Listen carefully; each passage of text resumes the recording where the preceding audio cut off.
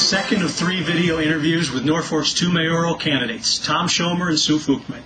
Both advanced for May's primary election and will be on the Tuesday, November 4th general election ballot. The first video interview continues to be available at www.norfolkdailynews.com. I'm Kent Warnicki, editor of the Daily News, and here goes with the second question posed to the candidates. There's been considerable talk in Norfolk recently about the need for recreation-related improvements. For example, improvements to Memorial Field, perhaps a new baseball field at Tahazuka Park, perhaps even a water park. Although no details or specifics are yet known, such improvements probably would require passage of a bond issue and an increase in property taxes. So in your opinion, does the need for recreation improvements outweigh the pain of a property tax increase? Why or why not? Well, I think it's never comfortable to talk to people about raising property taxes. I understand that.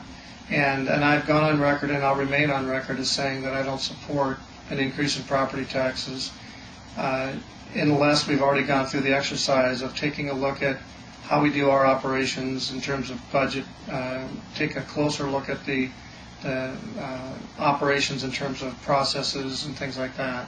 Now, does that mean that that has to take an extended period of time? I'm not sure about that. I'm not an expert on that. But I would say that it's undoubtedly going to come to a bond issue. I truly believe that, and I think it's up for the voters to decide whether or not they feel an increase in property taxes is what they want. It's not important what I want. I mean, it is to a certain extent, but it's really not. I just cannot support an increase in property taxes for the sake of hardly anything at this stage unless we take a close look at how we're doing things, making sure that we're good stewards of the money that we already have. And I say that with a bit of caution because I'm not trying to challenge any of the keepers of the money at the stage we are today. But certainly after 28 years of leadership, that it's probably a good time with the new city administrator. I'm sure that Mr. Roeder is in the process of taking a good look at that as we speak. And certainly some of that may very well be put to rest by time the discussions would come up about a bond issue. And I would imagine that voters are going to see that things are going the way they want them. But until that trust is sort of bestowed upon the people, it's going to be tough to ask them for a property tax increase. In my opinion, yes, it does outweigh, the need.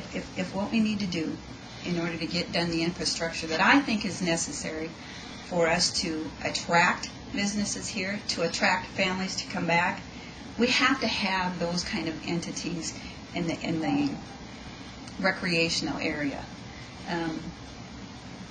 I guess my feeling is, anytime we ask someone to invest in us, we have to be ready to invest in them. If we're going to get them to come our direction, we first have to make the investment and make sure that we have out there those entities, those pieces that they're looking for in order to be able to bring their family here and make sure that this is where they're going to call their home.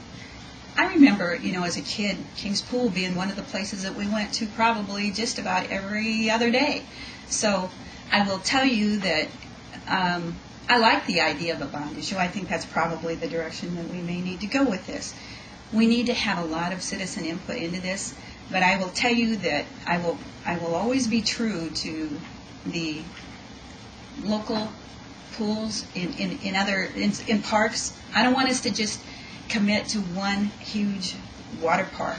I want to be able to say that this city offers to every single one of our, I don't want to say type, every single family in Norfolk that has children that they want to be able to have the ability to go to the pool today in their area, in their neighborhood. I want that comfort for them, so I will push hard for us to at least have another pool somewhere here, but certainly I understand the need for us to update our recreational facilities.